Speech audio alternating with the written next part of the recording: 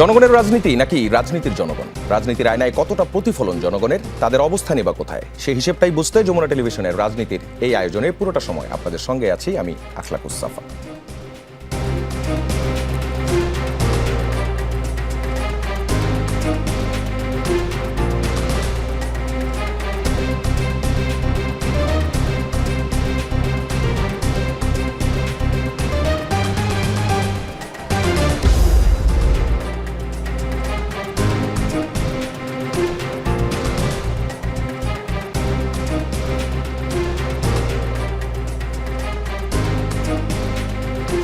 নির্বাচনের আগে যে ইশতিহার, যে জুলাই সনদ, যে পরিবর্তনের স্বপ্ন, সেটি কি বাস্তবায়নের পথে নাকি রাজনৈতিক সুবিধার হিসেবেই আটকে যাচ্ছে?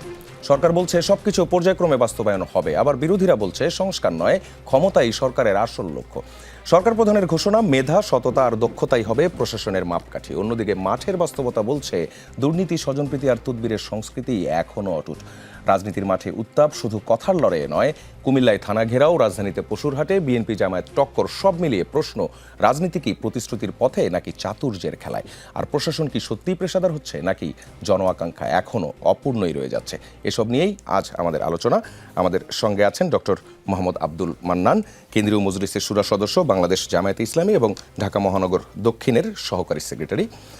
আমাদের সঙ্গে আছেন মেজবাহুল আজম সওদাগর, রাজনৈতিক বিশ্লেষক এবং অধ্যাপক, রাষ্ট্রবিজ্ঞান বিভাগ, জগন্নাথ বিশ্ববিদ্যালয়। আমাদের সঙ্গে কিছুক্ষণের মধ্যেই যুক্ত হবেন সৈয়দা আসিয়া আশরাফি পাপিয়া, বিএনপি দলীয় সাবেক এমপি। আপনাদের দুজনকেই স্বাগত আজকের রাজনীতির আয়োজনে। আমি শুরুতেই ডক্টর আব্দুল মান্নানের কাছে যেতে চাই। জেলা প্রশাসক সম্মেলনে উদ্বোধনী অনুষ্ঠানে প্রধানমন্ত্রী বলেছেন, সরকার রাজনৈতিক পরিচয়ের ভিত্তিতে বৈষম্য করতে চায় না। সততা, মেধা এবং দক্ষতাই হবে জনপ্রশাসনে নিয়োগ, বদলি কিংবা পদায়ন। স্বচ্ছতা ও দৃঢ়তার সঙ্গে শূন্য পদে জনবল নিয়োগ, শক্তিশালী পাবলিক সার্ভিস কমিশন গঠন, বেসরকারি সার্ভিস রুলস প্রণয়ন সহ সর্বত্র প্রশাসনিক কাঠামোয় কার্যকারিতা এবং জবাবদিহিতা নিশ্চিত করতে সরকার দৃঢ় প্রতিজ্ঞ বলেছেন সরকার প্রধান। প্রশ্নটা হচ্ছে, প্রশাসনের দলীয়করণের অভিযোগ করেন আপনারা। প্রধানমন্ত্রীর এই বক্তব্য কি আশ্বস্ত হচ্ছেন? মাঠ পর্যায়ের বাস্তবতা আসলে কি বলছে? জি, আপনাকে ধন্যবাদ, সহ-আলোচক স্যারকে ধন্যবাদ জানাই। দেখেন, মাঠ পর্যায়ের যে বাস্তবতা সেটা আপনি জিজ্ঞাসা করেছেন। আজকে এই মুহূর্তে আমি বিশেষ করে অভিনন্দন জানাতে চাই জাতীয় সংসদে আমাদের যারা নারী সংসদ সদস্য হচ্ছেন, তারা শপথের জন্য গিয়েছেন এবং আমি তাদেরকে অভিনন্দন জানাই। যে কথাটি আপনি বলেছেন যে আমাদের প্রশাসনের ব্যাপারে যে স্বচ্ছতা, মেধার কথা বলা হয়েছে এবং নিয়োগের ব্যাপারে স্বচ্ছতার কথা বলা হয়েছে, সেখানে কিন্তু ঐকমত্য কমিশনে রাজনৈতিক দলগুলোর একটা মতামত ছিল যে সাংবিধানিক যে প্রতিষ্ঠানগুলো আছে সেই প্রতিষ্ঠানের ভিতরে কিন্তু পিএসসি আছে, মানবাধিকার কর্মী আছে, তারপরে আছে হচ্ছে আপনার মানবাধিকার কমিশন, এর মাঝখান দিয়ে আছে আপনার স্বাধীন বিচার ব্যবস্থা এবং অন্যান্য যে সাংবিধানিক সংস্কার। সেই জায়গা কিন্তু সরকার পাশ কেটে গেছে। আপনি যদি পিএসসিকে দলীয় লেজুর ভিত্তির ভিতরে রেখে দেন, তাহলে আপনি কিভাবে একটা মেধাবীদেরকে সেখানে দিবেন? তখন তো দলীয় নেতাকর্মীদের সেখানে আশ্রয় প্রশ্রয় হবে। ইতিমধ্যেই জাতীয় নির্বাচনের পরে বাংলাদেশের কয়েকটি জেলা থেকে কয়েকজন ডিসিকে বদলি করেছে সরকার, যাদের বিরুদ্ধে কোনো দুর্নীতি এবং অন্যায়ের অভিযোগ পাওয়া যায় নাই। বরঞ্চ আমরা দেখেছি কুষ্টিয়াতে একজন ডিসির পক্ষে সাধারণ মানুষ নেমে এসে কথা বলেছে। সরকারের সাবেক একজন এমপি সেখানে মন্তব্য করেছেন যে এই যে আমরা কাজটা করে দিলাম। তাহলে আমরা বলেছি বলেই এটা হয়েছে, বিএনপির একজন নেতা বলবে তাই একজনের বদলি হয়ে যাবে ডিসি। তাহলে এখানে সততা, যোগ্যতা, মেধার কোনো দাম নেই। আমি মনে করি এই কথার সাথে, সরকারের এই কথার সাথে বাস্তবতার কোনো মিল নেই। আমাদের স্বরাষ্ট্রমন্ত্রী গতকালকে একটা কথা ভাইরাল হয়েছে যে সেখানে বলা হচ্ছে যে এখানে দলীয় লোকরা আসবে, খেয়াল রাখবা আর কি।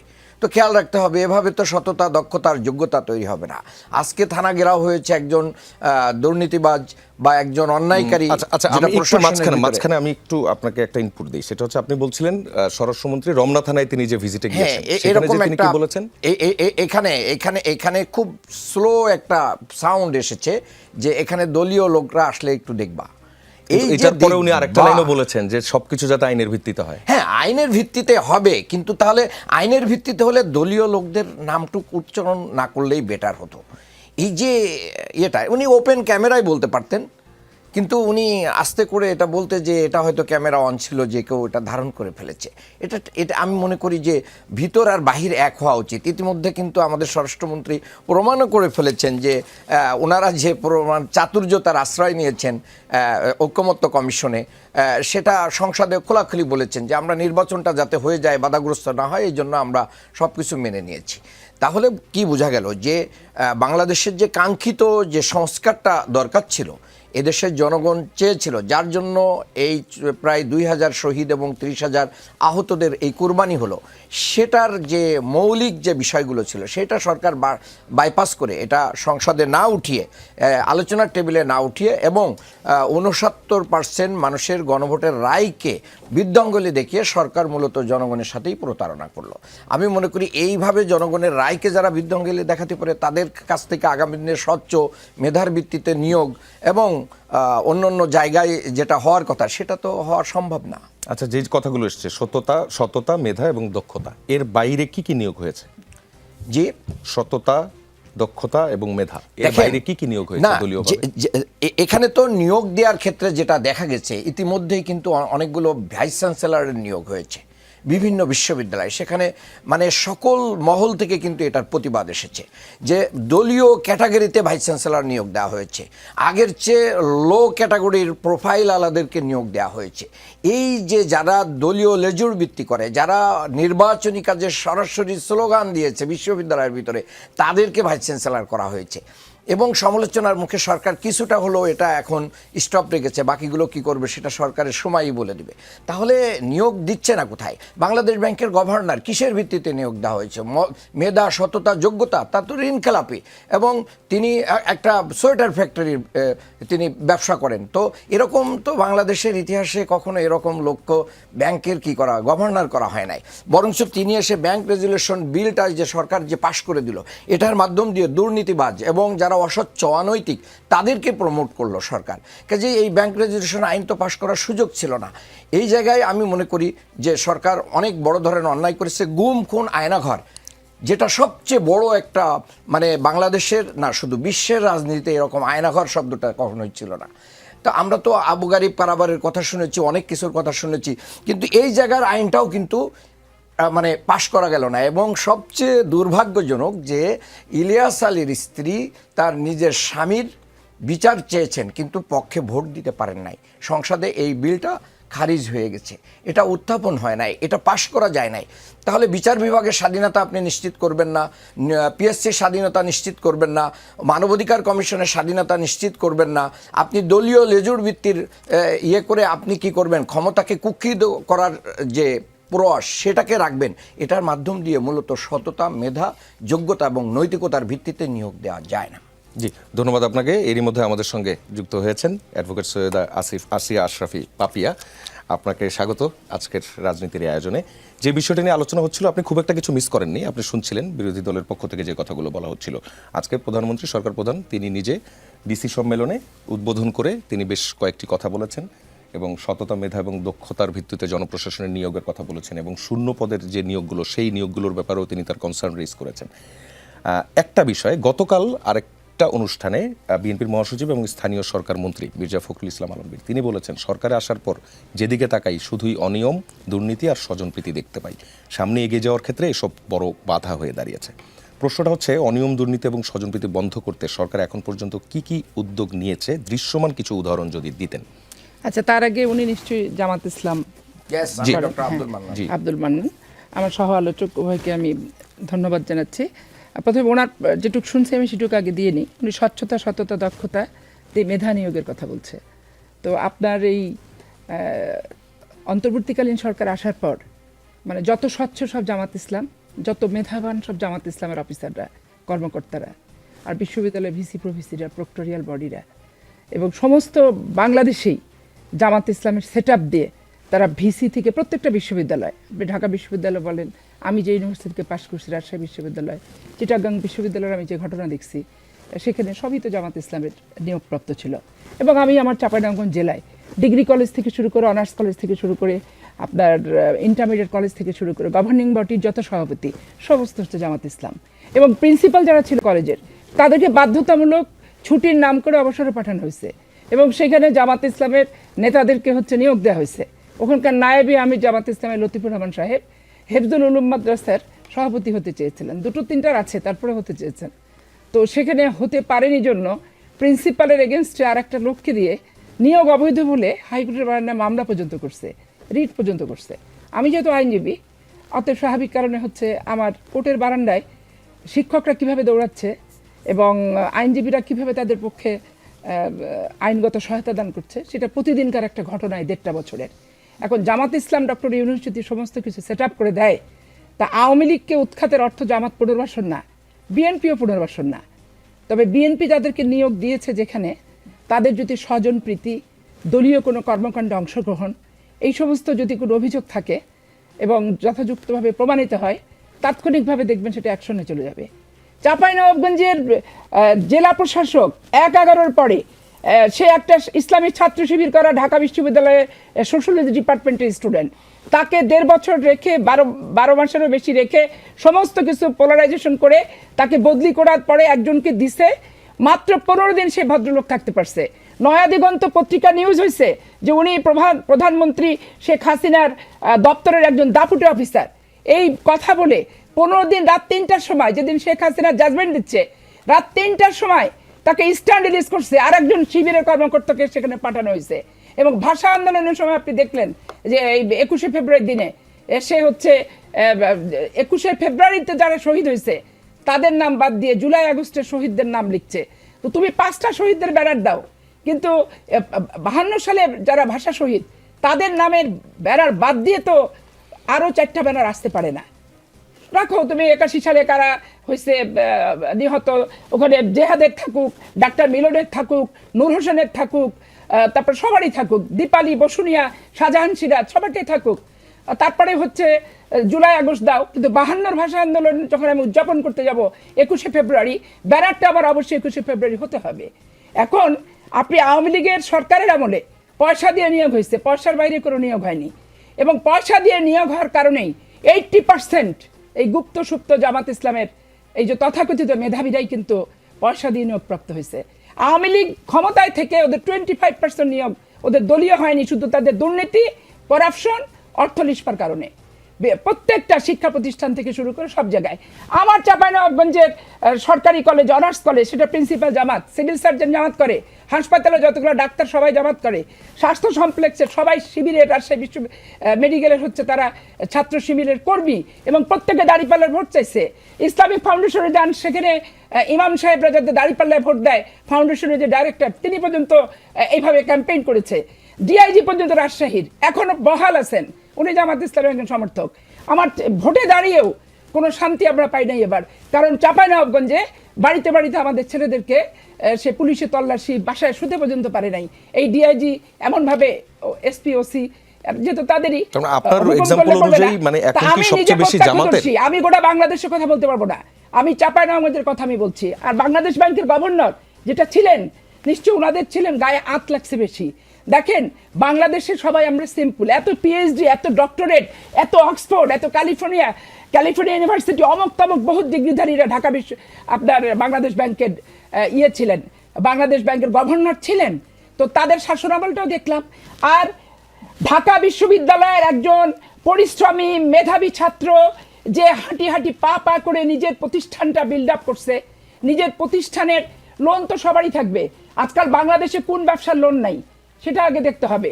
এখন খেলাফি ঋণের কথা আপনি বলছেন, তো ডক্টর ইউনূসও তো খেলাফি ছিল, তার ট্যাক্স ম্যাক্স যা ছিল সবই তো উনি মাফ করে নিলেন।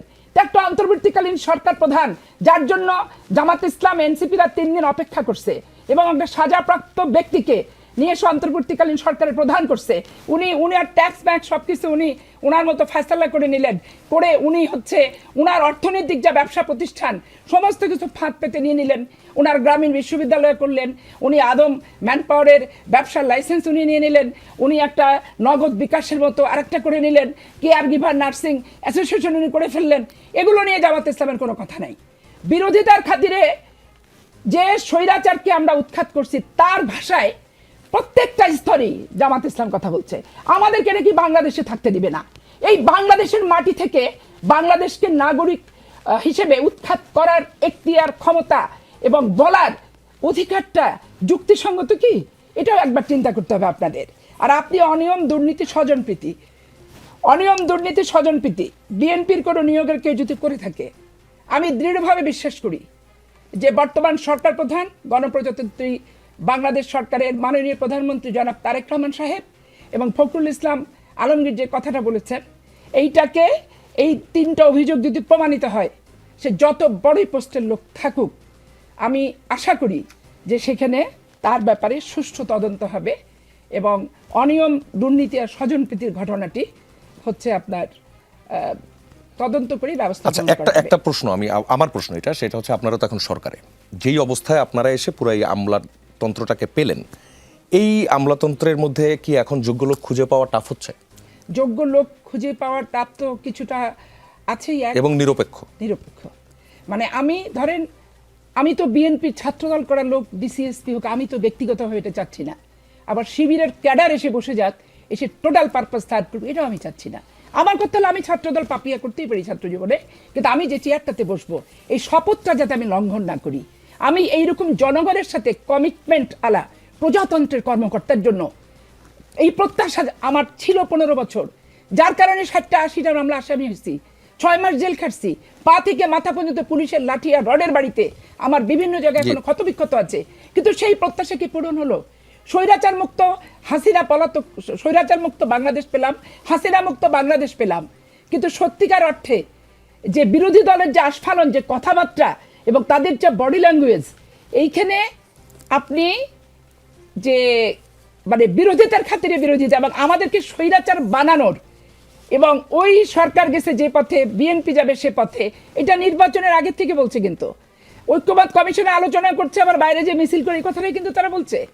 এবং একদল খাওয়ার জন্য গেছে, আর একজন খাওয়ার জন্য আসবে, 3 দিন পর থেকে কিন্তু তারা বলছে। মানে একবারে সুপরিকল্পিত অ্যাটাক বিএনপির উপর এটা, এবং এটা একটা ষড়যন্ত্রের নীল নকশা। এবং শেখ হাসিনা মুক্ত বাংলাদেশে হাসিনার প্রেতাত্মা এই বিরোধী দলের উপর ভর করছে, কথাবার্তা, বডি ল্যাঙ্গুয়েজে স্পষ্টভাবে বাংলাদেশের মানুষ তার প্রমাণ এবং নমুনা খুঁজে পাচ্ছে। জি, আপনাকে ধন্যবাদ। যেতে চাই আমরা মিসবাহুল আজম সওদাগরের কাছে। আপনি দুপক্ষের কথাই শুনলেন।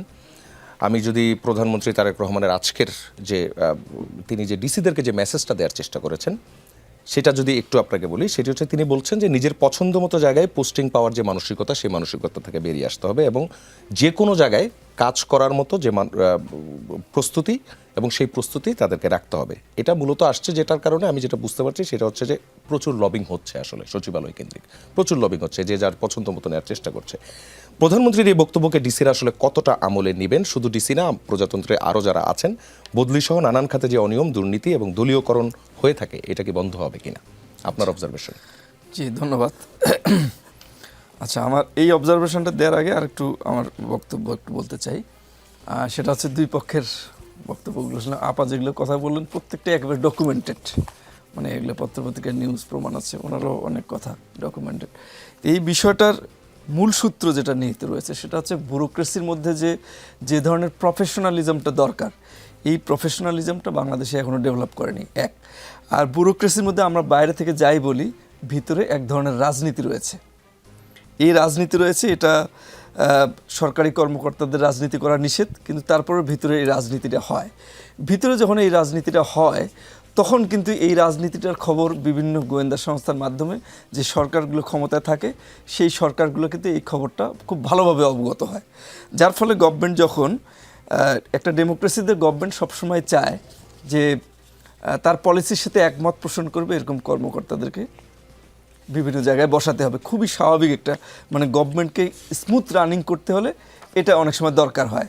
আমেরিকাতেও আপনি দেখবেন যে স্পয়েল সিস্টেম নামে একটা জিনিস আছে, অর্থাৎ মার্কিন প্রেসিডেন্ট যখন চেঞ্জ হয় প্রায় বিশাল লটবহর একটা চলে যায়। তো এখন ঘটনা হচ্ছে এই যে আমলাতন্ত্রের ভিতরে যে সূক্ষ্ম যে রাজনীতিটা, এই রাজনীতিই কিন্তু গভর্নমেন্টকে প্রভাবিত করে এই ধরনের সিদ্ধান্ত নিতে। কিন্তু আমরা কিন্তু সেই জায়গায় হাত দিচ্ছি না, হাত না দিয়ে আমরা রং জায়গায় হাত দিচ্ছি, যে এরা এটা করলো কেন, এরা ওটা করলো কেন, ইউনূস গভর্নমেন্ট এটা করলো কেন, বা বর্তমান সরকার এটা করলো কেন, আসল জায়গাটাতে কিন্তু আমরা হাত দিচ্ছি না। একটা এক্সাম্পল আপনাকে দিতে পারি, যে আপনার বিগত বিএনপি সরকার একটা খুব চমৎকার ডিসিশন নিয়েছিল, বিগত বিএনপি সরকার বলছিলাম, সেটা হচ্ছে বিসিএস এর ভাইভা পরীক্ষায় 100 নম্বর থাকবে, 900 নম্বরের রিটেন পরীক্ষা, 100 নম্বরের হচ্ছে ভাইভা। আওয়ামী লীগ সরকার ক্ষমতায় আসার পরেই এই 100 নম্বরের ভাইভাকে 200 নম্বর করে ফেলে, এবং 200 নম্বরের ভাইভা যখন আপনি নেবেন, তখন একটা ছাত্রলীগের লিডারকে যদি এখানে 195, 198 এরকম অনেকগুলো এগুলো ইনভেস্টিগেশন হচ্ছে, এখন পত্রিকায় কিছুটা এসেছে, আপনি দেখবেন যে এরকম নম্বর অনেকে পেয়েছে। একটা স্টুডেন্টকে যখন 190 দেয়া হয়, তখন কিন্তু তার রিটেন পরীক্ষাটা যতই খারাপ হোক, সে কিন্তু এই ভাইবার পরীক্ষাটা যোগ হয়ে সে কিন্তু মানে চাকরির জন্য আগায় যায়, অনেক আগায় যায়। আর যারা নর্মাল স্টুডেন্ট, যাদের গভর্নমেন্টের পক্ষ থেকে কোনো ধরনের সুপারিশ আসেনি, এরা কিন্তু 140-45 এর মধ্যে থেকে যাচ্ছে এদের নাম্বারটা। তো মূল সমস্যাটা কিন্তু ওই জায়গায়। তো যাই হোক, সেইটাতে আবার একটা পরিবর্তন এসেছে, 100 নম্বর করা হয়েছে। সম্ভবত আগামী যে বিসিএসটা ভাইবা হবে, সেটা থেকে 100 নম্বরটা আবার কার্যকর হবে। তো মূল জায়গাটাতে হাত দিতে হবে। আমলাতন্ত্রকে যতক্ষণ না আপনি পর্যন্ত হাইলি প্রফেশনাল করতে না পারবেন, ততক্ষণ পর্যন্ত যে কোনো গভর্নমেন্ট আসুক এই ধরনের সিদ্ধান্ত নিবে, সেটাতে আমরা সন্তুষ্ট হই আর অসন্তুষ্ট হয়। আর পলিটিক্যাল পার্টিগুলা স্বাভাবিকভাবেই বলবে যে এক গভর্নমেন্টের নিয়োগ দেওয়া হয়েছে, আর এক গভর্নমেন্ট এসে যখন তাদেরকে সরাবে, তখন কিন্তু তারা বলবে যে হ্যাঁ, এটা নিরপেক্ষ লোকরা ছিল, এদেরকে সরে দলীয় লোক দেওয়া আছে। আসলে দুই দিক থেকেই কিন্তু কথাটা ঠিক। তো মূল জায়গাটা আপনাদের হাত দিতে হবে আর কি। আর আপনি ডিসিদের যেটা কথা বললেন, দেখেন ডিসিদের পোস্টিং নিয়ে বা সরকারি কর্মকর্তাদের পোস্টিং নিয়ে খুব ব্যাপক ধরনের আপনার প্রশাসনে লবিং হয়, এটা গভর্নমেন্ট খুব ভালোভাবে জানে, এবং সেটা জেনেই কিন্তু প্রধানমন্ত্রী এই বক্তব্যটা দিয়েছেন। এখন কথা হচ্ছে, আপনি বলবেন যে ডিসিরা এই কথা শুনবে কিনা। ডিসিদেরকে এই কথা শোনাতে দরকার নেই। প্রথম কথা হচ্ছে যে গভর্নমেন্ট এই পোস্টিংগুলো দেওয়ার ক্ষেত্রে গভর্নমেন্ট কোনো ধরনের কোনো লবিং শুনবে না বা লবিং কনসিডারেশনে নেবে না। সেইটাতে গভর্নমেন্ট যদি স্ট্রিক্ট হয়, ডিসি কে কী মনে করলো না করলো, এটা কে শুনলো বা না শুনলো, এইটা এখানে মুখ্য বিষয় নয়। তাহলে প্রফেশনাল একটা ব্যুরোক্রেসি আপনি তৈরি করতে হলে, সেই প্রফেশনাল ব্যুরোক্রেসির একটা ফান্ডামেন্টাল ক্যারেক্টারিস্টিক্স হচ্ছে যে এই ছোট্ট বাংলাদেশে 56,000 বর্গমাইলের 64টা জেলায় এখানে কাজ করা খুব বেশি দূরত্বের কোনো বিষয় নয়। সুতরাং তারেক রহমান সঠিকভাবেই বলেছেন যে কোনো জায়গায় যে কারো কাজ করার মানসিকতা থাকতে হবে। এখানে লবিংটা গভর্নমেন্টকে কনসিডারেশনে নেওয়া হবে না, যাবে না, এবং লবিং যাতে না হয় সেটার জন্য এখানে ব্যবস্থা নিতে হবে। তাহলে এই সমস্যা থেকে আমরা মুক্তি পাবো। আপনাকেই যদি আমি একটা এইভাবে যদি জানতে চাই, সেটা হচ্ছে আমার সামনে দুজন ক্যান্ডিডেট আছেন, একজন দক্ষ যোগ্য দলীয়, একজন দক্ষ যোগ্য নির্দলীয়, কাকে পিক করা উচিত?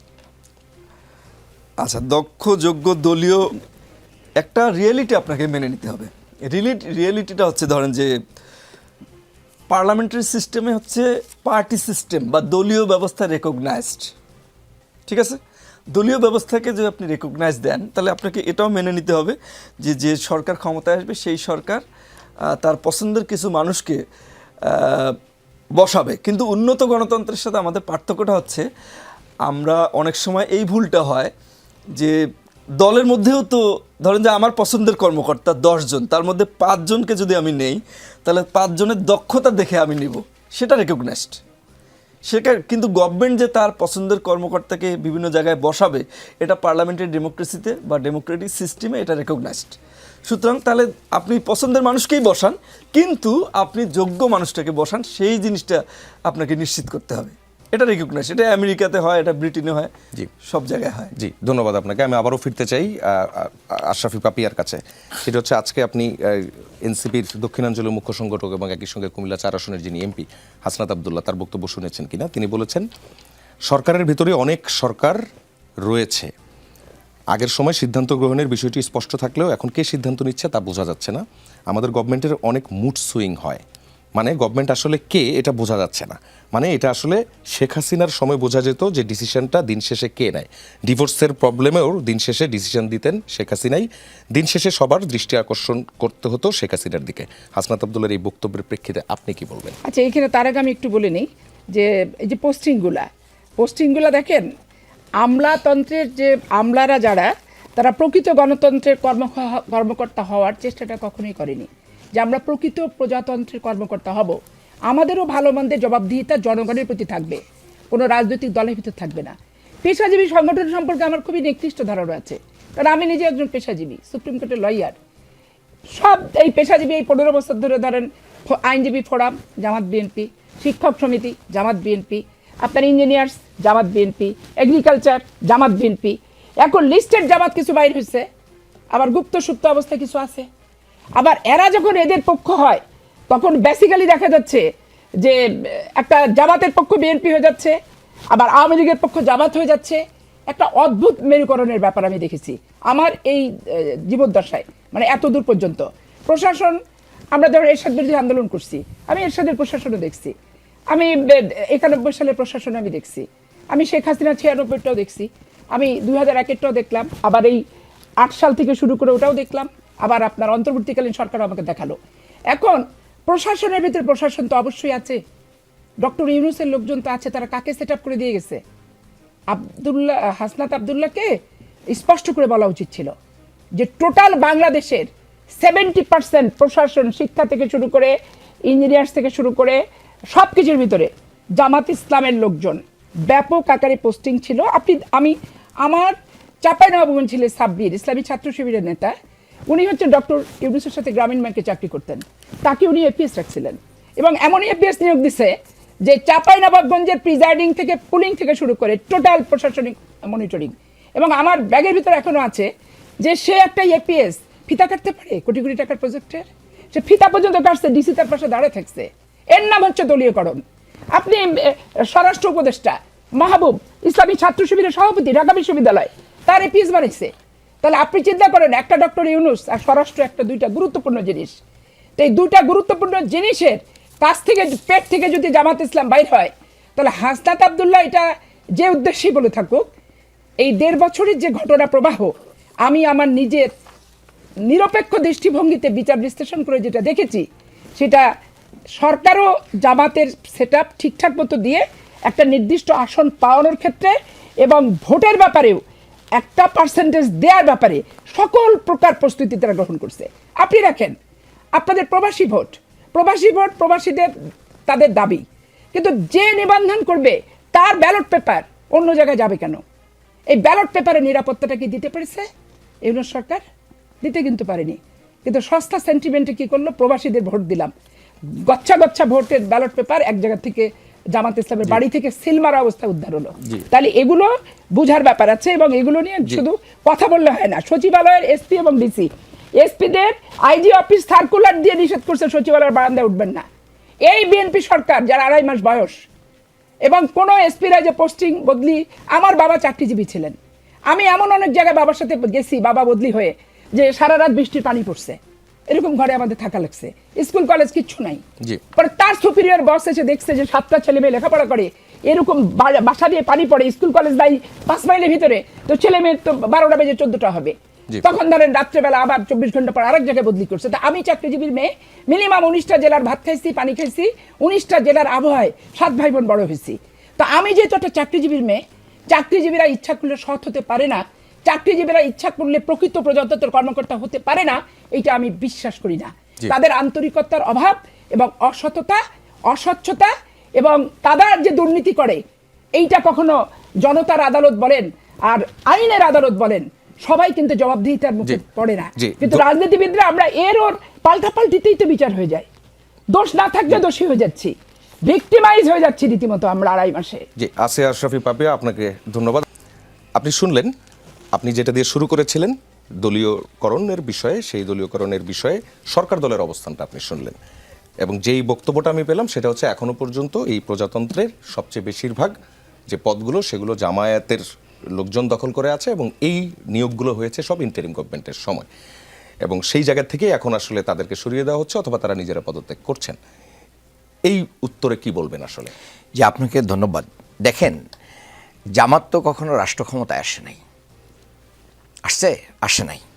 অন্তর্বর্তী সরকারকে পুরো দস্তুর একটা জামাত বানানোর প্রচেষ্টা এখন শুরু হয়েছে, অথচ সংসদের মতন জায়গায়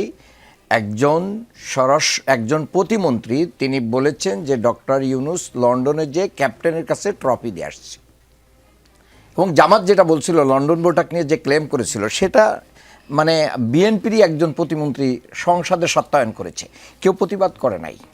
তা আমরা ধরেই নিতে পারি কি আতায়াতের ভিত্তিতে এই ইউনূস সরকার বিএনপির কাছে ট্রফি তুলে দিয়েছে, এবং প্রধানমন্ত্রী দেশে ফেরার আগে বলেছিলেন যে আমার হাতে নেই আশাটা।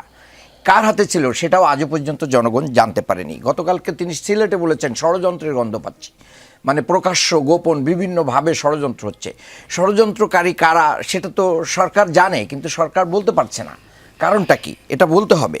এরপরে আমি যেটা বলতে চাই, দেখেন এই যে যত নিয়োগ, যারা ডিসি হচ্ছে, এসপি হচ্ছে, সচিব হচ্ছে, তারা কি মানে হঠাৎ করে এসে ডিসি এসপি হয়? এই নিয়োগ তো তাদের চাকরির বহু আগেই বিএনপি সরকার অথবা আওয়ামী লীগ সরকার দিয়েছে, একটা পরীক্ষার মাধ্যমে দিয়েছে। দেওয়ার পরে যখন কেউ সৎ থাকে, কেউ যখন কথা শোনে না, অসৎ মানে কোনো কিছু অ্যাপ্রুভ করে না, তখন তাকে একটা সুন্দর তকমা ট্যাগ লাগাই দেওয়া যায় যে তুমি জামাত শিবির। তো জামাত শিবির বলে দিলে তো ঢাকা বিশ্ববিদ্যালয়ের প্রতিটা ছাত্রকেই মারা যেত, হত্যা করা যেত, বের করা যেত, নির্যাতন করা যেত, আবরার ফাহাদদেরকে হত্যা করা যেত। এটা একটা সহজ সমীকরণ ছিল।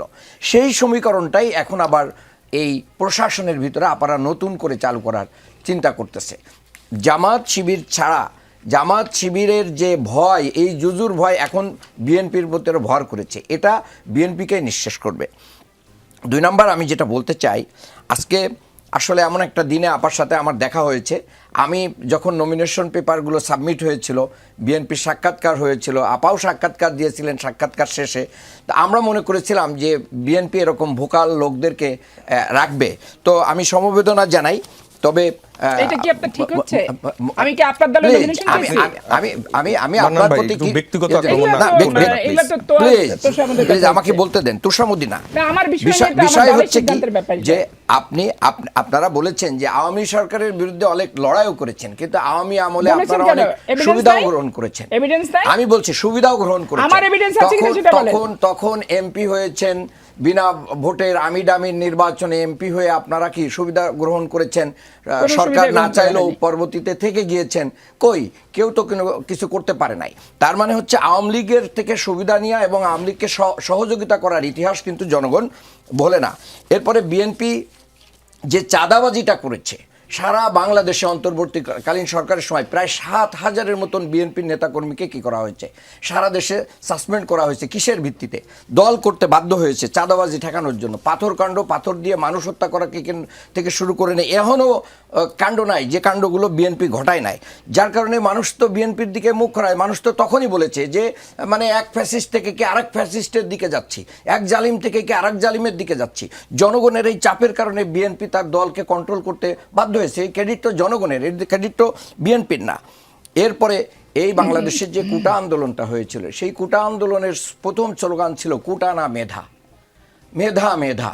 তো সেই মেধার ভিত্তিতে বাংলাদেশে যদি একজন রিক্সাওয়ালার সন্তান, একজন খেটে খাওয়া মানুষের সন্তান, একজন সৎ মানুষের সন্তান, যে কেউ যদি তার মেধার ভিত্তিতে মানে এখানে আসতে পারে, তাহলে কেন তার দলীয় পরিচয়টা এত ইম্পর্টেন্ট হয়? এই দলীয় পরিচয়ে যাতে আর কোনো নিয়োগ না হয়, এই জন্যই কিন্তু আন্দোলন হয়েছিল। কিন্তু বর্তমান সরকার সেটা সবচেয়ে বেশি উপেক্ষা করেছে। এরপরে আমি আপাকে বলতে চাই, আমার যতদূর মনে পড়ে আমি একটা টক শোতে আপাকে বলতে শুনেছিলাম যে প্রবাসীদের ভোট নিয়ে তো আপা অনেক কথা বলেছেন। আপা কিন্তু প্রবাসীদের ভোটটাকে ইগনোর করেছিলেন। তো প্রবাসীদের ভোট ইগনোর করার কারণে প্রবাসীরা তো বিএনপিকে এই মানের ভোট দেয় নাই, যার কারণে আপারা ভোট না পেয়ে এখন অন্য কথা বলছেন। এরপরে দেখেন, বাংলাদেশ ব্যাংকের গভর্নর একজন ঋণ খেলাপি ছিলেন। বাংলাদেশের বর্তমান সংসদে প্রায় 11,000 কোটি টাকা, যার অধিকাংশ সরকার দলীয় সংসদ সদস্যদের কাছে পাওনা, এদেশের জনগণের টাকা, তারাও ঋণ খেলাপি, তাদেরকে রিশিডিউল করা হয়েছে এবং ব্যাংক রেজুলেশন অধ্যাদেশ পাশ করার মাধ্যম দিয়ে বাংলাদেশে আবার দুর্নীতিবাজদের আশ্রয় প্রশ্রয় দেওয়ার কথা শুরু হয়েছে। আপনি বলেছেন যে বিভিন্ন জায়গায় নিয়োগ, অন্তর্বর্তীকালীন সরকারের সময় নিয়োগ দিয়ে একজন ভাইস চ্যান্সেলর, তিনি বিএনপির সরাসরি প্রোগ্রামে উপস্থিত হয়েছেন, জাহাঙ্গীরনগর বিশ্ববিদ্যালয়ের একজন ভাইস চ্যান্সেলর। তো তার ব্যাপারে তো ওনারা কিছু বলে না। কুয়েটের ভাইস চ্যান্সেলর যিনি ছাত্রদের দ্বারা বিতাড়িত হয়েছিলেন, এসেই আবার তাকে পুনর্বাসন করা হয়েছে সেখানে। তার মানে দলীয় যে জায়গাটা, এটা কিন্তু ভুলতে পারতেছে না। আপনি উন্মুক্ত বিশ্ববিদ্যালয়, জাতীয় বিশ্ববিদ্যালয় চেঞ্জ করছেন না কেন? ওইটা নিজের দলের ছিল বলে। এই লুৎফুৎসার কাদের তারপরে জাতীয় বিশ্ববিদ্যালয় কাদের এগুলো বলেন না কেন? নিজের দলের যেগুলো থাকে সেগুলো। বাংলাদেশের অধিকাংশ বিশ্ববিদ্যালয় তখন নিয়োগ দিয়েছেন এবং ওই সময়ের যিনি শিক্ষা উপদেষ্টা ছিলেন তিনি একবারে ডাইরেক্ট ওপেন মিডিয়াতে বলেছেন যে আমি কিছুটা হলেও এখানে বিএনপি ফেভার করেছি ভিসি নিয়োগের ক্ষেত্রে। তাহলে এটার দ্বারা প্রমাণ হয় একজন উপদেষ্টা যখন শিক্ষা উপদেষ্টা হয়ে বলেন যে আমি বিএনপিকে ফেভার করেছি কিছু জায়গায়, তখন তো আর দলীয় বক্তব্য দেওয়ার কোনো কিছু থাকে না। সবশেষে আমি বলবো, দেখেন ঢাকার পুলিশের যে একজন কর্মকর্তা সম্প্রতি নিয়োগ হয়েছে, তার ছবি, তার দলীয় পরিচয় এটা থাকতেই পারে, কিন্তু তার যদি মেধা এবং যোগ্যতা দিয়ে আসেন, তার স্বামীকে, তার ভাইকে, তার অমুককে, এটা দেখার কোনো সুযোগ নেই। কিন্তু জনগণের কাছে এই প্রশ্নগুলো আছে। এখন আমরা যদি পুরাতন রাজনীতির দিকে বারবার ফিরে যাই, তাহলে আমাদের সামনের ভবিষ্যৎটা কি হবে? আমাদের যে সংস্কারটা দরকার ছিল, আমাদের যে রাষ্ট্রের যে কারণে মানুষ স্বৈরাচার হয়, রাষ্ট্রের যে কারণে মানুষ ফ্যাসিস্ট হয়, সেই পথ রুদ্ধ করার জন্য বিএনপি তার 31 দফার ভিতরেই যে প্রস্তাবনাগুলো দিয়েছিল, বিএনপি তো সেটার থেকেও সরে গেছে। প্রথম দফাই তো সংস্কার ছিল, এখন তারা সংশোধনে আসছে। আপনার পয়েন্টগুলো পেয়েছি আমি। আমি শেষ কথাটুকু বলে দিতে চাই। দেখেন যে দ্বিকক্ষ বিশিষ্ট যে সংসদ বিএনপি নিজেরই প্রস্তাবনা, এই গণভোট কিন্তু বিএনপির সালাউদ্দিন সাহেবই প্রথম প্রস্তাব দিয়েছিলেন, গণভোটের মাধ্যম দিয়ে এটাকে এস্টাবলিশ করতে হবে। এখন তারা সংসদে বলছেন যে এটা শুধুমাত্র তারা একটা নির্বাচন করার জন্য বলছেন, এটা একটা টিক্স। জি, চলে এসছে আপনার আলোচনাটা। আমি আসিয়া আশরাফি পাপিয়ার কাছে আবারও ফিরছি। সেটি হচ্ছে পুরনো রাজনীতির দিকেই যাচ্ছে কিনা বিএনপি, এইটা প্রশ্ন আসলে হাউস থেকে আসলো। আমার একটা প্রশ্নের জায়গা আছে, সেটি হচ্ছে বাস টার্মিনালে চাঁদাবাজির অভিযোগে কুমিল্লা আদর্শ সদর উপজেলা বিএনপির সভাপতি রেজাউল করিমকে আটকের একটি ঘটনা ঘটেছিল আজকে। তাকে জিজ্ঞাসাবাদের জন্য থানায় নিয়ে যাওয়া হয়েছিল। প্রায় 6 থেকে 6.5 ঘন্টা পরবর্তীতে সেই থানা ঘেরাও করে রাখা হয় এবং শাসনগাছা যে বাস টার্মিনাল, জেলার যে আন্তজেলা বাস টার্মিনাল, সেই বাস টার্মিনাল 3.5 থেকে 4 ঘন্টার মতো বন্ধ ছিল। প্রশ্নটা হচ্ছে, এসব ঘটনাকে কি মব বলা যায় কিনা? চাঁদাবাজি রোধে সরকার যে কঠোর বার্তা দিচ্ছে, তার সাথে তৃণমূলের নেতাকর্মীদের আচরণ কি বিপরীত হচ্ছে না? একবারে স্বরাষ্ট্রমন্ত্রীর উচিত যে পুলিশকে দিয়ে কাঁচা কঞ্চি দিয়ে তাদের পিটানোর। কারণ একজন যেহেতু অপরাধ করে, তাকে আইনের আশ্রয় যেতেই হবে, আইনের আশ্রয় নিতেই হবে, স্বচ্ছতার ভিত্তিতে বিচার করতেই হবে। এই ব্যাপারে আমি এক চুল এদিক ওদিক না। এখন দেখেন, মেধা না কোটা না মেধা, উনিও বললেন, উনি যে ইকোনমিক ক্যাডারের যারা একটা তাদের একটা জায়গা আছে, একটা প্রতিষ্ঠান আছে, সেই প্রতিষ্ঠানটাতে হচ্ছে আপনার জামাত ইসলামের নেতাকর্মী সমর্থকরাই চাকরি পায়, ঠিক আছে? তো সেইটার নাম আমি এই মুহূর্তে ভুলে গেলাম। তো এখন এখানে প্রশাসনের দুটা, বিসিএসসির একটা ইকোনমিক ক্যাডার, একটা প্রশাসনিক। এখন একজন লোক ইকোনমিক ক্যাডারে আসলেন, ওনাদের প্রথম ডিসিটা 500 মার্কসের পরীক্ষা দিয়ে, আর যিনি হচ্ছে প্রশাসনিক দিচ্ছেন উনি 1200 মার্কসের পরীক্ষা দেয়। আত্মীকরণে তাকে হচ্ছে নিয়ে আসা হলো, প্রশাসনে নিয়ে আসা হলো।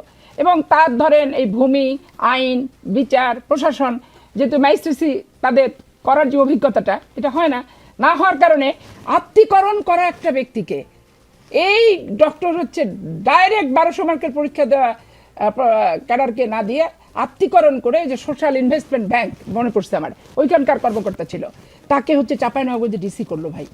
আচ্ছা, এখন কোটা নামে এখানে কি আসলো? জামাত ইসলামের কোটা, কয়টা সিট নিবে সেই প্রশাসনগুলো, সেই সমস্ত জেলায় সেই আসনগুলোকে সেট আপ দিতে হবে, দেওয়ার অংশ হিসেবে এইভাবে ওনারা নিলেন।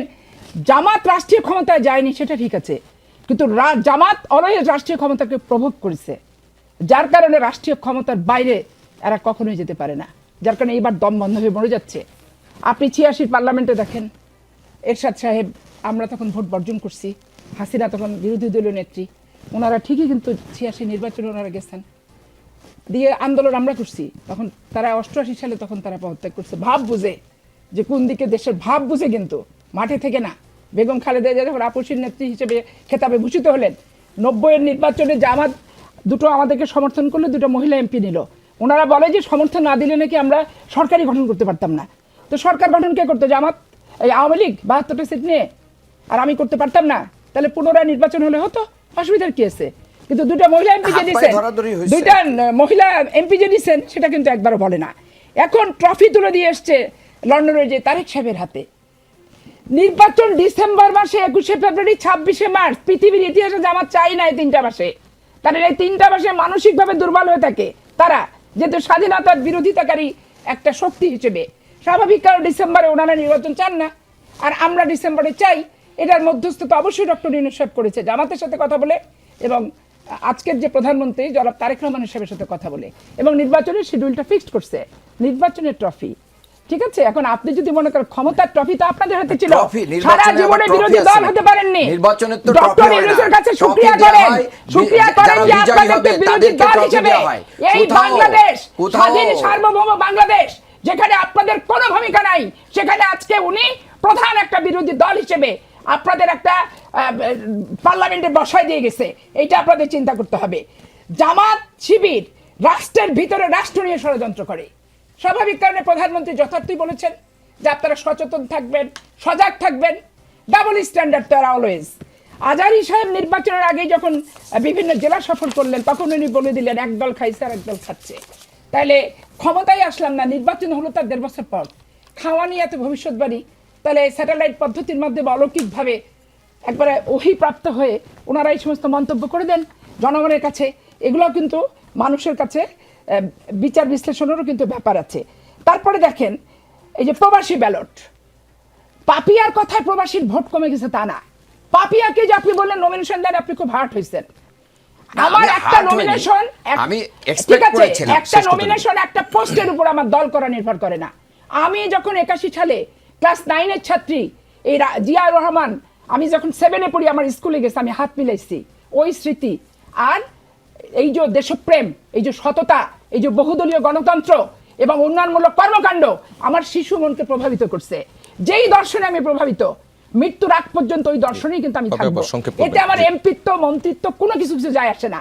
আমি পাপিয়া, আমার দর্শন জিয়াউর রহমান, আদর্শ 19 দফা এবং জিয়াউর রহমানের পরে আমার নেত্রী খালেদা জিয়া, খালেদা জিয়ার পর জনাব তারেক রহমান। এই নিয়ে কোনো কথা নেই। এখন আমি শর্ট অবশ্যই করে দিচ্ছি, প্রবাসীদের ভোটটা ব্যালট পেপারে নিশ্চয়তা যে দিতে পারে না যেই সরকার, স্বচ্ছ ভোট আশা করে, এটা স্বচ্ছ ভোট এসে। তাহলে আপনি দেখেন 300 ভোটে ফেল করছে আমার গোদাগাড়ির ব্রিগেডিয়ার হচ্ছে শরীফ সাহেব প্রবাসী ভোটে। তাহলে এখন 5000 ভোট যদি একটা জামাতের বাসায় যায়, তো ওর সিলি মারছে, 2-1টা আমার মারছে, মানে ধানের শীষকে। তো এই দেখেন বাংলাদেশের পরিসংখ্যানে দেখেন যে এই প্রবাসী 200, 100, 215 এরকম কয়টা সিটে বিএনপি পরাজিত হয়েছে। এগুলো খেয়াল করলে দেখবেন যে ওনাদের ভোটের পার্সেন্টেজটা বাড়ানোর জন্য, এটা শুনেন, এটা ডিএলআর-এ আছে, আপনার 85 ডিএলআর সম্ভবত 86 পেজে আছে। ডক্টর কামাল হোসেন কুতুবদিয়ার একজনকে নিয়ে এই রিটটা করছিল 1992 সালে। তো সেইটা ডাইরেকশন ছিল নির্বাচন কমিশনকে যে আপনি ভোট নেবেন, ব্যালট পেপারের নিরাপত্তা কে দিবে? আপনি যদি আপনার দূতাবাসে করেন, দূতাবাসের নিরাপত্তা কে দিবে? আপনি যদি ইভিএম সিস্টেমে ভোট করেন ইলেকট্রনিক পদ্ধতিতে, তাহলে ইভিএম বর্তমানে অচল। আপনি যদি প্রক্সি ভোট দিতে চান, এটা হবে সাবপাসিল। এই 4টা কারণ দর্শানো আছে ডিএলআর এর পাতায়। তো এখন একটা টকশোয়ে, আপনার এই যমুনার টকশোতেই ক্লিয়ার করে তো বলা যায় না ভাই। ক্লিয়ার করে কি আপনি আমাকে সেই সময়টা দিবেন? টোটাল ডিএলআরটা নিয়ে কথা বলতে গেলে আমরা 20 মিনিট সেটার জন্য আমাদের আরেকটা অনুষ্ঠান লাগবে। তো স্বাভাবিক কারণেই আজকাল একটা টক এটা নিয়ে ছেড়ে দিয়ে ওটাই একবারে জামাত ইসলামের যত প্রবাসী আছে, আমার মা মাসি গোষ্ঠী মরা বাপ মাকে তুলে গালিগালাজ করলো, আমার পাপ ক্ষয় হলো, আপনাদের পাপ বৃদ্ধি পেল। কারণ এই স্বাধীন বাংলাদেশের মাটিতে আন্দোলন করব, মিছিল করব, জেল খাটবো, সত্য কথা ব্যাখ্যামূলকভাবে বলতে পারবো না। এই স্বাধীনতা যদি না থাকে, তো এইটার জন্য 15 বছর ইলিয়াস আলীর গুমের কথা উনি বললেন। অবশ্যই আপনাকে ধন্যবাদ। আমরা মিসবাউল আজম সওদাগরের কাছে ফিরছি। আসবে দেখবেন এই পার্লামেন্টে। আমরা মিসবাউল আজম সওদাগরের কাছে ফিরছি। আপনি দুই পক্ষের অবস্থানই দেখলেন। এক সময়ে একসাথে তারা সরকার চালিয়েছে, একসাথে স্বৈরাচার বিরোধী আন্দোলনও করেছে। এখন যেই অবস্থানে আছে একদম বিপরীতমুখী একটা অবস্থান। গণতন্ত্রের জন্য এই অবস্থানটা কি ইতিবাচক, নাকি এর মধ্যে আরো কিছু চ্যালেঞ্জেস যোগ হতে পারে? আমি স্যারকে একটা ছোট্ট প্রশ্ন, খালি স্যারকেই প্রশ্ন করব। সিটি কর্পোরেশন, জেলা পরিষদগুলোতে দলীয় ব্যক্তিদেরকে নিয়োগ দেওয়া হয়েছে, এটা কতটুক বাংলাদেশের গণতন্ত্রের জন্য শুভ? স্যার বলবেন। আচ্ছা, বিষয়টা হচ্ছে আপনি প্রথম যে কথাটা বললেন সেটা হচ্ছে আপনার পার্লামেন্টারি ডেমোক্রেসিতে বা ডেমোক্রেসিতে যেটাই আমরা বলি, এখানে দুই দলের এই ধরনের ডিবেট, এটা হচ্ছে অ্যাকসেপ্টেড।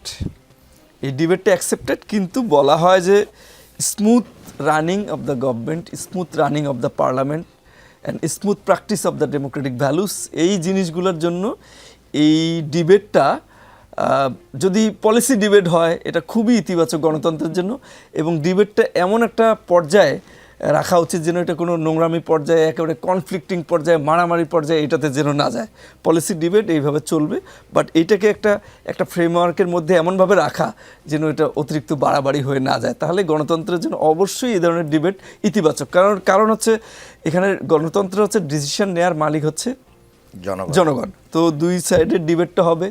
আপা যেমন এভিডেন্স দিয়ে চমৎকারভাবে কথা বলছেন, উনিও এভিডেন্স দিচ্ছেন।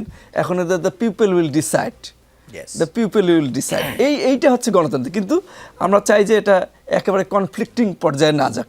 যেমন প্রধানমন্ত্রী সংসদের অধিবেশন শেষের দিনে যে বক্তব্যটা দিলেন, এই বক্তব্যটাকে যদি আমরা সবাই মিলে যদি এটাকে একটু আমল করি বা এটাকে যদি কনসিডারেশনে নেই, উনি কিন্তু চাচ্ছেন যে একটা স্থিতিশীলতা চাচ্ছেন আর কি। এবং উনি বলছেন যে আমরা ব্যর্থ হওয়া মানে আপনারাও ব্যর্থ হওয়া, এবং আবার বললেন যে আপনারা ব্যর্থ হওয়া মানে আমরা ব্যর্থ হওয়া, আর উভয়ই ব্যর্থ হওয়া মানে এই পার্লামেন্ট ব্যর্থ, বাংলাদেশ ব্যর্থ হয়ে যাবে। এই ধরনের একটা মেসেজ উনি দিচ্ছেন। তো আমি মনে করি যে ডিবেট সবসময় ইতিবাচক। তো ডিবেটটা অনেক সময় পার্সোনাল লেভেলে চলে যায়, সেই জায়গা থেকে ট্রান্সফর্ম করে যদি ডিবেটটাকে পলিসি ডিবেটের মধ্যে আমরা সবসময় রাখতে পারি, that is fruitful for the democratic practice. জি। আর উনি একটা প্রশ্ন করলেন, উনি একটা প্রশ্ন করলেন, দেখুন এইখানে একটা গভর্নমেন্ট আগে ছিল, ইন্টারিম গভর্নমেন্ট, তারা তাদের মতো করে এক ধরনের প্রশাসক নিয়োগ দিয়েছিল। এখন গভর্নমেন্ট এসে মনে করছে যে তাদের, মির্জা ফখরুল ইসলাম আলমগীর একটা কথা বলেছেন যে গভর্নমেন্ট প্রস্তুতি নিচ্ছে সিটি কর্পোরেশনগুলোর নির্বাচনের জন্য। তো আমার কাছে মনে হয় যে যত দ্রুত নির্বাচনের দিকে গভর্নমেন্ট যাবে এবং নির্বাচিত প্রতিনিধির হাতে এই লোকাল গভর্নমেন্ট ইলেকশনগুলো চলে যাবে, ততই এটা ইতিবাচক। আর হচ্ছে যে ডক্টর ইউনূসের আমলে যে মানুষগুলোকে প্রশাসক দেয়া হয়েছিল এবং এখন যাদেরকে দেয়া হয়েছে, দুইটার মধ্যে কোনো গুণগত পার্থক্য আসলে খুব বেশি আমি দেখি না। তবে যে জিনিসটা দরকার, খুব দ্রুত একটা ইলেকশন হওয়া দরকার। এবং গভর্নমেন্ট যেহেতু মাত্র সময়টা 2 মাস, এবং মহাসচিব মহোদয় যেহেতু বলেছেন যে খুব দ্রুত নির্বাচনের দিকে যাচ্ছে, তাহলে আমরা একটু সবাই চাই যে কত দ্রুত আমরা নির্বাচনটা আদায় করতে পারি গভর্নমেন্টের কাছ থেকে, সেটা আমাদের জন্য ইতিবাচক হবে। সরকার দিবে, এটা তো হ্যাঁ, সেটা বলেছে গভর্নমেন্ট। এখন আমরা সেটা দেখি যে কত সময়ের মধ্যে ইলেকশনটা দিচ্ছে। জি, আপনাকে আরেকটা প্রশ্ন করি, যদি সংক্ষেপে উত্তরটা দেন। আমাদের হাতে আছে 1.5 মিনিটের মতো। রাজধানীতে আন্ডারওয়ার্ল্ডের শীর্ষ সন্ত্রাসীরা আবার সক্রিয় হওয়া, এই বিষয়টা এখন আবার আলোচনা আসছে। 21 মাসে একাধিক আলোচিত খুনের ঘটনা ঘটেছে। রাজনৈতিক পট পরিবর্তনের সুযোগে কি এই অপরাধ জগৎ আবারও মাথাচাড়া দিয়ে উঠছে কিনা? অনেকে বলছেন অতীতের অপরাধগুলো ব্যাক করছে, কি করা যায়? জি, ডেফিনেটলি এইটার মূল সূত্রটা হচ্ছে, দেখেন আমাদের জুলাইয়ে যে মুভমেন্টটা হলো একটা ফ্যাসিস্ট গভর্নমেন্টের বিরুদ্ধে, এই মুভমেন্টটাতে মূলত এটার ক্যারেক্টারটা বিশ্লেষণ করলে একটা জিনিস পাবেন যে জনগণের সাথে, জনগণ বলতে একেবারে সবাই, জনগণের সাথে গভর্নমেন্টের পক্ষ হয়ে, ফ্যাসিস্টের পক্ষ হয়ে আইন শৃঙ্খলা রক্ষাকারী বাহিনীর সাথে একটা কমপ্লিট একটা যুদ্ধ হয়েছিল এখানে। এবং এই যুদ্ধে আইন শৃঙ্খলা রক্ষাকারী বাহিনী, বিশেষ করে পুলিশ বাহিনী পরাজিত হয়েছিল। পরাজিত হওয়ার ফলে তাদের চেইন অফ কমান্ড, তাদের সিস্টেম সব কিছু ভেঙে পড়েছিল আর কি। ভেঙে পড়ার পর আপনি দেখেছিলেন যে প্রায় কয়েকদিন, 4-5 দিন দেশে কোনো পুলিশ বাহিনী বলতে কোনো ছিল না। 1 সপ্তাহ 15 দিন এরকম ছাত্ররা রাস্তায় রাস্তায় পাহারা দিয়েছিল, ট্রাফিক নিয়ন্ত্রণ করেছিল, আমরা দেখেছি। তো এই জায়গা থেকে পুলিশ বাহিনী যে দুর্বল অবস্থায় চলে গিয়েছিল, সেই অবস্থা থেকে পুরোপুরি রিকভারিতে এখনও যায়নি। এবং গভর্নমেন্ট এখনও চেষ্টা করছে, অনেককে, এই যে ফ্যাসিস্টের দোষর যারা ছিল তাদেরকে অনেকে বাধ্যতামূলক অবসর দিচ্ছে, আপনি দেখছেন, এবং এটা দিতেই হবে। এবং এই জায়গা থেকে যতক্ষণ না পর্যন্ত পুলিশ বাহিনী তার পুরো সক্ষমতাটা ফিরে পাচ্ছে, ততক্ষণ পর্যন্ত স্বাভাবিকভাবেই কিন্তু আগের যে সেই মাফিয়া গোষ্ঠী, তারা সক্রিয় হওয়ার জন্য চেষ্টা করবে। তো যত দ্রুত সম্ভব পুলিশ বাহিনীকে সক্রিয় করতে হবে, তাদের চেইন অফ কমান্ডটা আগের অবস্থায়, মানে একটা ক্যাপেবল অবস্থায় তাদেরকে নিয়ে আসতে হবে, নিয়ে এসে এটাকে দমন করতে হবে। এটা দমন করা ছাড়া আমাদের কোনো রক্ষা নেই। সেই জায়গায় ধন্যবাদ আপনাকে। আসিয়া আশরাফি পাপিয়া, আপনাকে যদি যেই 40 সেকেন্ড। 40 সেকেন্ডের ভিতরে আমি বলছি, উনি বলছেন যে খারিজ করে দিছে এই যে গুম কমিশন, গুমের এটা খারিজ করেনি, এটা রোহিত করছে। এটা পুনরায় পরিপূর্ণ বিল আকারে সংসদে উপস্থাপিত হওয়ার সুযোগ আছে। আর উনি 18 সালের নির্বাচনের কথা বলছে। 18 সালের নির্বাচন জামাতও গেছে, জামাত ইসলাম 18 সালের নির্বাচনে গেছে। আপনার নুরুল ইসলাম বুলবুল চাঁপাইনবাবগঞ্জে হারছে, হারার কারণে আপনাদের ঝালটা ধরছে। আর বিএনপির সিদ্ধান্ত ছিল যে তারা পার্লামেন্টে অংশগ্রহণ করবে, করছে, উপনির্বাচনে অংশগ্রহণ করবে, করছে, সংরক্ষিত আসনে মহিলা এমপি দেওয়ার কাম দিছে। অতএব বিএনপির সিদ্ধান্তকে চ্যালেঞ্জ করে ওটাকে আপনি সুবিধাবাদী বললে তার হবে না, কারণ ওইখানে কোনো ট্যাক্স ফ্রি গাড়িও নাই, আর ওখানে কোনো ওই হচ্ছে আপনার পূর্বাঞ্চলের ফ্ল্যাটও নাই। এটা হচ্ছে বাস্তবতা। আর আমি আমার সবচেয়ে যে পুলিশ প্রশাসন, ডিসি প্রশাসন, ওসি প্রশাসন, এদের পেশাদারিত্ব ফেরত আনতে হবে এবং এরা কিন্তু পূর্বের আদলেই আছে। জি। সরকার ব্যর্থ হোক, এরাও কিন্তু চায়। এখানে যার দলীয়করণটা কারণে বন্ধ করতে হবে। দলীয়করণটা বন্ধ যথাযথভাবে করতে হবে। প্রফেশনালিজম এরা সঠিক ডেভেলপ সময় করতে হবে। সঠিক আমাদের সিদ্ধান্ত আজকের দেয়। আলোচনায় এরা মূলত এই নিতে বিষয়গুলো পারছে না। আসলে এরা উঠে নিতে আসলো চাচ্ছে না। যে এরা সৈয়দা অসারতা দেখাচ্ছে। সৈয়দা আসিয়া আশরাফি এই পাপিয়া, অসারতাগুলো দূর করতে ডক্টর হবে। মোহাম্মদ আব্দুল মান্নান, মেজবাউল আজম সওদাগর, আপনাদের তিনজনকেই ধন্যবাদ আমাদের রাজনীতির আয়োজনে আসার জন্য। দর্শক, রাজনীতিতে শেষ বলে কিছু নেই।